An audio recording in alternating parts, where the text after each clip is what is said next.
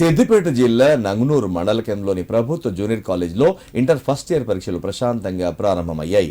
పరీక్షా కేంద్రం వద్ద విద్యార్థులకు కేటాయించబడిన హాల్ నెంబర్లను నోటీస్ బోర్డులపై ప్రదర్శనకు ఉంచారు. ఈ క్రమంలో విద్యార్థులు ఉదయం 8 గంటల నుండే 9 గంటల లోపు పరీక్ష కేంద్రానికి చేరుకొని వారికి కేటాయించబడిన రూమ్ నెంబర్లను నోటీస్ బోర్డుపై చూసుకొని పరీక్ష కేంద్రంలోకి వెళ్లారు. ఇంటర్ ఫస్ట్ ఇయర్ 201 మంది విద్యార్థులు పరీక్ష రాయాల్సి ఉండగా 195 మంది విద్యార్థులు హాజరై పరీక్షలు రాయడం జరిగిందని నంగునూరు జూనియర్ కళాశాల ఇన్ఛార్జ్ ప్రిన్సిపల్ జ్యోతి తెలిపారు.